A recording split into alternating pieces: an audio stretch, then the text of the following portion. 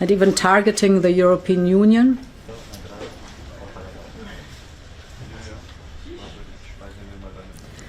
This is why we are keeping maximum pressure on Russia.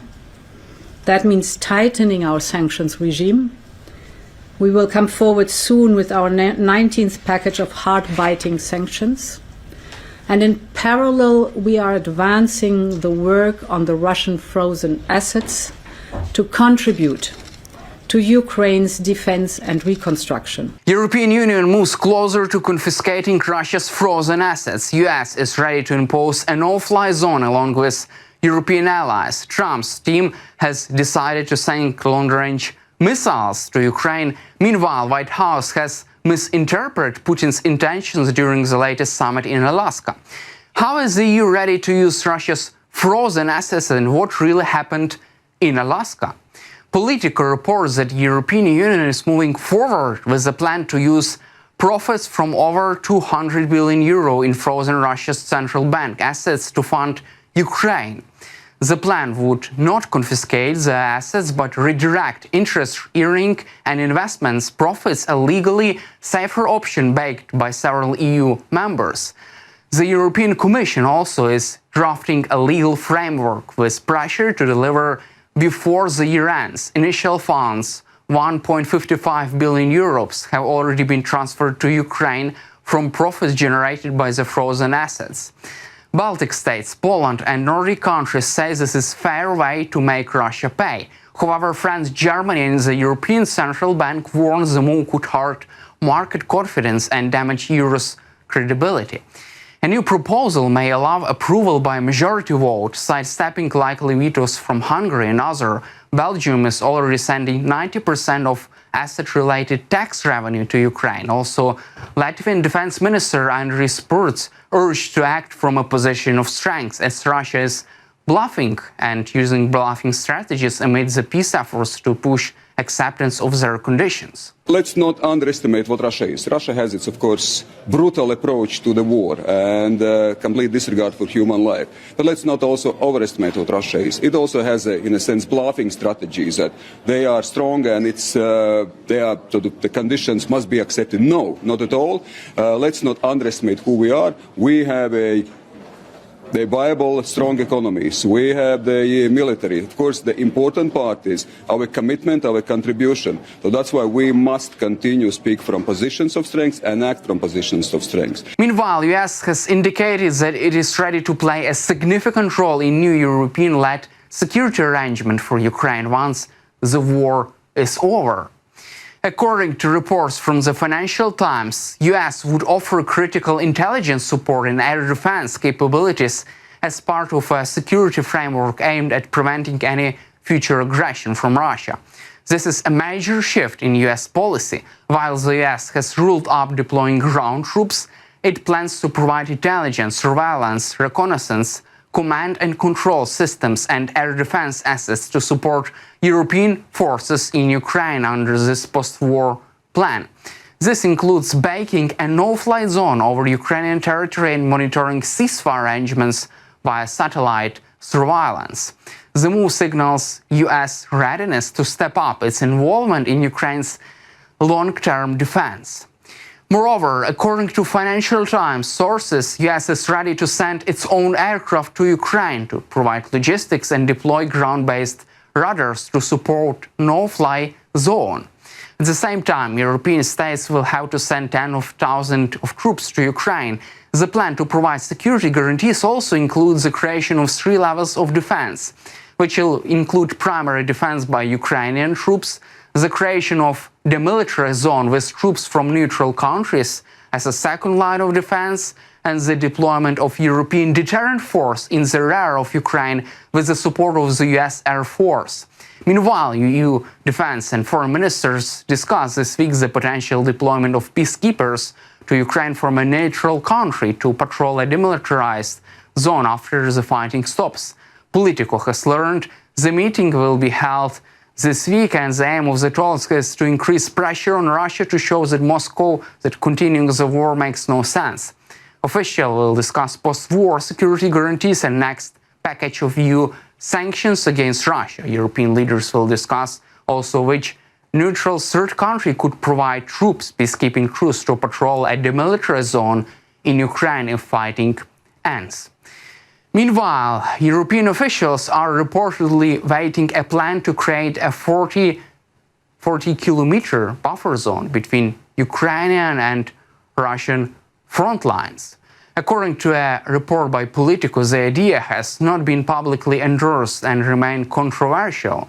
The core concept would involve carving out a demilitarized zone roughly 40 kilometers wide, monitored by peacekeepers.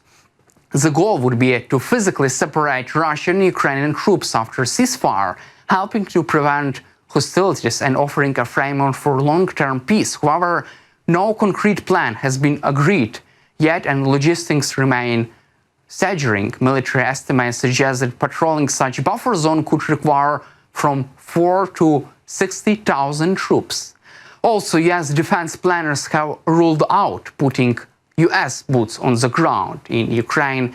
Instead, the US is prepared to offer limited support in the form of intelligence, surveillance, reconnaissance, and air defense coverage, but only under certain conditions and in coordination with European allies. France and the UK are the most likely to contribute personnel if a force were taken to shape. Both countries have military capabilities and political leadership willing to do so. However, Germany and Poland have expressed serious reservations. Ukrainian government has not yet formally endorsed the buffer zone idea. Meanwhile, the US Department of State has officially approved a proposed $825 million foreign military sale to Ukraine, featuring thousands of guided missiles. That transaction, confirms through multiple sources, reflects a growing alignment between US and European allies in arming Ukraine with the means to conduct deeper, more strategic operations against Russian military infrastructure. According to the recent announcement this week by the US Defense Secretary, the approved package includes the transfer of more than 3,000 extended-range attack munitions, Iran missiles, along with GPS navigation systems capable of resisting electronic warfare, and known as challenge in an electromagnetic dense Russian-Ukraine battlefield. This package also provides suspension balance, missile containers, missile planning systems, software, spare parts, and ongoing engineering and logistics support, according to Reuters. The State Department emphasized that the sale is consistent with the US ongoing support for Ukraine's sovereignty and self-defense, and does not alter the balance of power in the region. The Iran system, a next-generation air-launched guided missile, offers a range of approximately from 150 to 280 miles, enabling Ukraine to strike deep inside Russia. This is a major departure from earlier US policy, which has prioritized shorter-range defensive weapons due to the fears of escalation. Sources close to the Pentagon stated that the missiles are designed to be capable with Ukraine-upgraded Soviet-era aircraft, allowing for immediate integration into ongoing operations. However, each use of the Iran system, particularly in cases involving Russian territory, will reportedly require case-by-case approval from the Pentagon. According to The Guardian, Ukraine will fund the purchase throughout a mix of US foreign military financing and support from 3 European nations, Denmark, the Netherlands, and Norway. According to The Wall Street Journal, the initial shipment of Iran systems is expected to reach Ukraine within 6 weeks. Preparations are already underway to ensure the weapons are integrated with Ukraine's command and control systems. Ukraine's air forces pilots are undergoing training with NATO partners to optimize the missiles' targeting and deployment functions. US officials say the deal's approval was held back earlier this summer to avoid disrupting a series of high-level meetings between President Trump, Ukrainian President Volodymyr Zelensky, and Russian dictator Vladimir Putin. Following those meetings, which reportedly yield no concrete ceasefire framework, the Biden-era hold on advanced missile sales was lifted under the current administration. Meanwhile, European and US officials now question whether the Trump team fully understood what Vladimir Putin was offering during back-channel negotiations over Ukraine. according to The Atlantic. Putin proposed a conditional political trade-off. Russia would formally relinquish its claims to parts of southern Ukraine in exchange of recognition of control of Russia over Crimea and Donbass. But officials on both sides are asking questions. Did the White House misunderstand the scope and limits of what Putin was really putting on the table?